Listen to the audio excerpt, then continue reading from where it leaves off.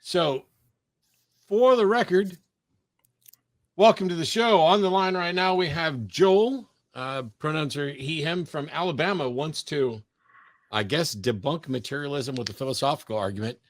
Why would I be bothered about materialism there, Joel? Welcome to the show. Okay. Hey, well, it's an argument for spirit. It's called, you can Google it. It's called the argument for unconditioned reality. And I'll give you my rendition of it. It says, molecules are made of atoms. Atoms are made of subatomic particles. Each of these is a component layer. Molecules are completely dependent on atoms. Atoms are completely dependent on subatomic particles. So there cannot be an infinite series of complete dependence. So there must be something at the bottom which is made up entirely of itself, not made of component parts, and this is spirit, or the unconditioned reality. Okay. So right now, subatomic is as far as we can look. So we can't, why not just assume that subatomic particles are the bottom? They could be. That might be what spirit is. Spirit. So you're saying, okay, wow, I'm confused because you said that there must be something below subatomic particles and whatever's at the base is spirit. Well, so first of all, we haven't demonstrated that there's anything beneath subatomic particles. And when I bring up that possibility, now you just claim that maybe they're spirit. Well, maybe they are, but how do you prove it? And why are you suggesting that anything could be spirit? That whole argument is just a bald ass assertion that there must be something at the foundation, and I'm going to call it spirit. And when I point to why can't this be the foundation, your answer is, well, maybe that's spirit. What use is any of this? Because it sounds like some word game bullshit to me. No, it debunks materialism because it doesn't. But no, sir, it does not. Your argument does not debunk materialism. You would have to prove that materialism isn't true. All you've done is say there must be something at the base of subatomic particles, and that thing is spirit. Well, that's just a bald ass assertion. It's not a proof of anything. Mm-hmm. It's not matter, though.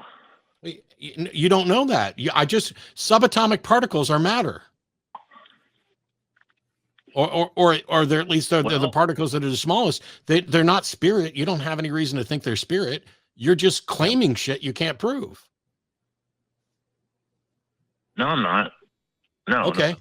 No. Well, now you just claimed you're not when you absolutely are. So go back and do some research, and we'll try again another time. On that note, you let him go already? Okay, yeah. I was gonna say, like, let's say that subatomic particles are spirit, whatever that means. Okay, how does that change the reality in which I live in any meaningful way whatsoever? Right? Because at that point, I feel like an argument like that only works because of the word association that comes with spirit.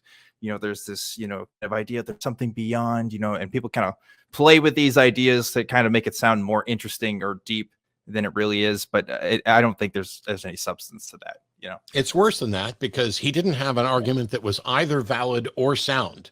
An argument, a syllogism, it has a certain structure which allows it to be valid. And then you demonstrate that the premises are true or believed, in which case then it becomes sound. But he didn't have any of that. He just said molecules are made up of atoms. Atoms are made up of subatomic particles. There can't be an infinite series of this. Therefore, there must be something at the bottom. Therefore, the thing at the bottom is spirit. Well, why not say that therefore the thing at the bottom is poop? Why not say the thing at the bottom is fairy jizz? Right. You could say any of these things, and still, you don't know that subatomic particles aren't the bottom of the barrel. This is just somebody who's horribly confused about arguments, about science, and just wants to assert that it's spirit. And when I point out that he's asserting, he points out he's not, in which case he's asserting that he's not asserting when he's asserting. And so I'm removing. Right. Yeah, like we had no real knowledge of subatomic particles at some point in time, in the grand scheme of things, not very long ago. So there may definitely be something beyond that, but to just say, oh, it's spirit, that's it, there's just no reason to think that. No reason at all. So I think that's actually a brilliant rebuttal that I wish Dan would have been able to do. And so I'm sorry I hung up because the fact is you could say, let's go back 100 years and you could say molecules are made up of atoms, but the atoms are made up of spirit. and you would have been in exactly the same position as this person, only instead of saying about subatomic particles, you'd be saying atoms. So, yeah, it's true. It's true. It's a hot we're done with that one. That's it. So welcome to the check Atheist that one Experience. off the list. Welcome to the show.